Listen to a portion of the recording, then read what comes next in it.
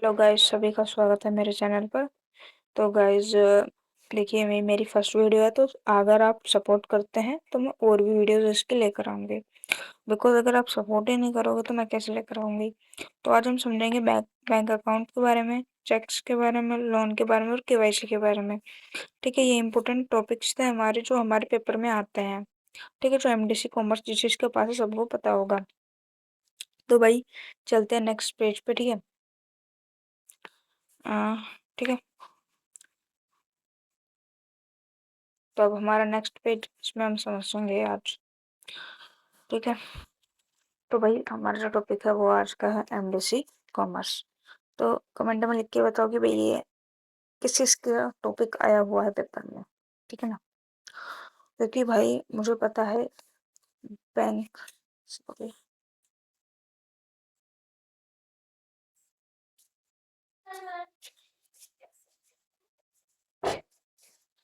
Banking and financial awareness, ये ज़्यादातर बच्चों को टॉपिक होता है, क्योंकि मुझे कमेंट्स आए थे इसके ऊपर।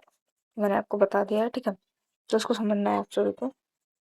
तो हम बात करते हैं सबसे पहले, इसमें चार चीज़ों में आपको पढ़ाने वाली हूँ। बैंक अकाउंट्स और बैंक अकाउंट्स, चेक, लोन और केवाईसी के बारे में। ठीक है, तो ये जितना लिख रहा है इससे तो ज़्यादा ही पढ़ पाओगे आप। ठीक है, तो देखो समझो इस चीज़ को, समझा लेते हैं एक बार। देखो, बैंक अकाउंट्स हमारे कितने प्रकार के होते हैं।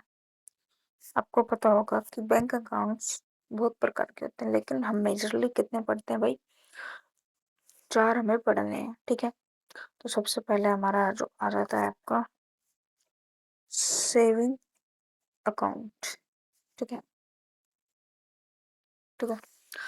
इसके अलावा और कौन सा अकाउंट है आपका? इसके अलावा आपका आता है करंट अकाउंट। ठीक है, अब इसके अलावा और कौन सा होता है? आपका आता है फिर आपको फिक्स्ड डिपॉजिट, या जिसको आप एफडी भी शॉर्ट फॉर्म में बोल देते हो। ठीक है, और कौन सा होता है भाई? और आपका होता है भाई रिकरिंग। इसको ज़्यादा नहीं पढ़ते हैं लोग, क्योंकि ये थोड़ा कम आता है, क्योंकि इस पे कम करवाते हैं। ये भी इसके जैसा ही होता है, फिक्स्ड डिपॉजिट जैसा होता है। तो इसको हम हटा देते हैं एक बार। ठीक है ना, ठीक है। अब देखो समझते हैं इस चीज़ को। ठीक है, देखो, सेविंग अकाउंट्स होते क्या है? बचत खाता, जिसको आप हिंदी में बोल सकते हो, हिंदी वाले भी लोग पढ़ सकते हैं। ठीक है, बचत खाता को क्या होता है कि बचत खाता उन आम आदमी लोगों का होता है जो मतलब बहुत गरीब होते हैं, जिनके पास थोड़े ही पैसे होते हैं। इस पे जो इंटरेस्ट है आपका, जिसको आप ब्याज भी बोलते हो, ठीक है, वो भी काफी कम देखने को मिलता है हमें। इतना होता तो है बट कम देखने को मिलता है, उसकी रेट जो होती है वो कम होती है। नेक्स्ट टॉपिक है, ये हमारा आम आदमी, इसे हर कोई खोल सकता है। ठीक है, आम लोगों के लिए होता है। ठीक है, उसके बाद है चालू खाता। देखो, चालू खाता जो होता है, तो क्या होता है चालू खाता में कि भाई इसमें हर कोई नहीं खोल सकता। इसमें वही खोलेगा जिसका भाई बिजनेस कर रहा हो, जो, ठीक है, जो बिजनेस कर रहा हो, या भाई किसी जो संस्थान जो है, ऑर्गेनाइजेशन का है, कोई बड़ा संस्थान का है, उसके पास बहुत पैसे हैं, वो खोल सकता है। ठीक है, हमारे जैसे लोग नहीं खोल सकते उसमें। इसमें एक बात है, इसमें एक भी ब्याज नहीं मिलता है। इसमें अन्य सुविधाएं मिलती है, इसमें ब्याज नहीं मिलता है। ठीक है, दूसरी चीज, इसमें एक फैसिलिटी मिलती है, ओवरड्राफ्ट।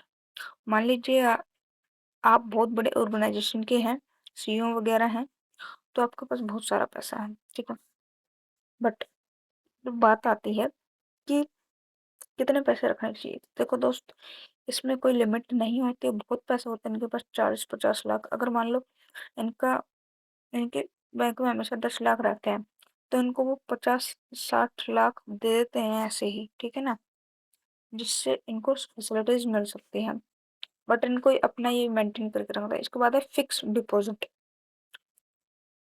ये होता है भाई उनके लिए, हमारे जैसे लोगों के लिए, जो हम फिक्स डिपॉजिट करते हैं। ठीक है, क्योंकि भाई क्या होता है कि